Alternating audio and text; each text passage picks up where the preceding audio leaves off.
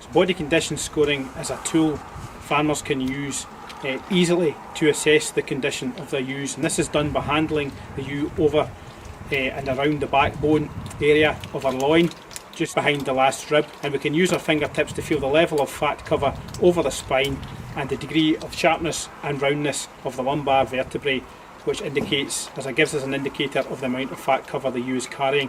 We then feel and assess the prominence and the degree of fat over the horizontal processes and assess the amount of muscle and fat under the ends of these bones. The final step is to assess the eye muscle over the loin, and this is done by just pressing the fingertips into the area between the vertical and horizontal processes of the ewe. So when condition scoring, there are 5 main scores, where 1 is very, very thin and 5 is excessively fat.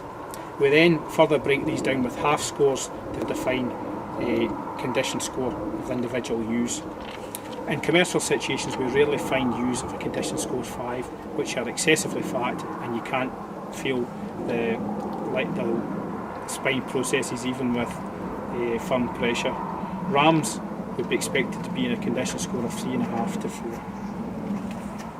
Although most problems with poor condition relate to thin ewes, over-fat ewes can also have similar difficulties, and trials have shown that lean ewes and fat ewes will underperform because at mating they don't come into heat when the rams are first turned out. They have erratic heat periods and they shed fewer eggs, and are also more prone to reabsorbing the fetuses. In mid and late pregnancy, both fat and thin ewes are more prone to twin lamb disease. Lean ewes are more likely to die, and vaginal prolapses are more common in flocks with many fat ewes. At lambing time, lean ewes may have difficult births due to weaknesses. Fat ewes may have more difficult births due to oversized lambs, and both could produce fewer and weaker lambs. Lean ewes also have poor colostrum and milk supply, resulting in lamb losses post-birth, and lean ewes are also poorer mothers. Condition scoring should be used at weaning time, or at the very least the last 8 weeks before tupping, which is vital. It takes 8 weeks for a ewe to put on 1 condition score, and by assessing scores at this time we have the opportunity to adjust the management for individual ewes to help them regain condition if they are too low a body score, or also to decrease the quality of pasture they're on if they're too fat. We should also be condition scoring the ewes at tupping. This gives us an indicator, an early warning for the coming winter if ewes are too lean at tupping time.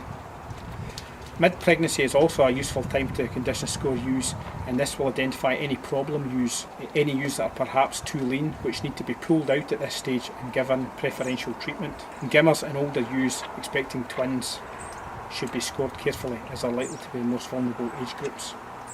In late pregnancy, the fetus starts to grow most rapidly in the last 7 to 8 weeks of pregnancy, and here there'll be the problems with lean ewes at this stage, and these ewes have to be drawn out and fed. With lean hill ewes at this time, survival of the ewe is the prime issue, so late pregnancy is an important time to be condition scoring. And by using condition scoring regularly, then the skill of identifying lean and overfat animals will be improved.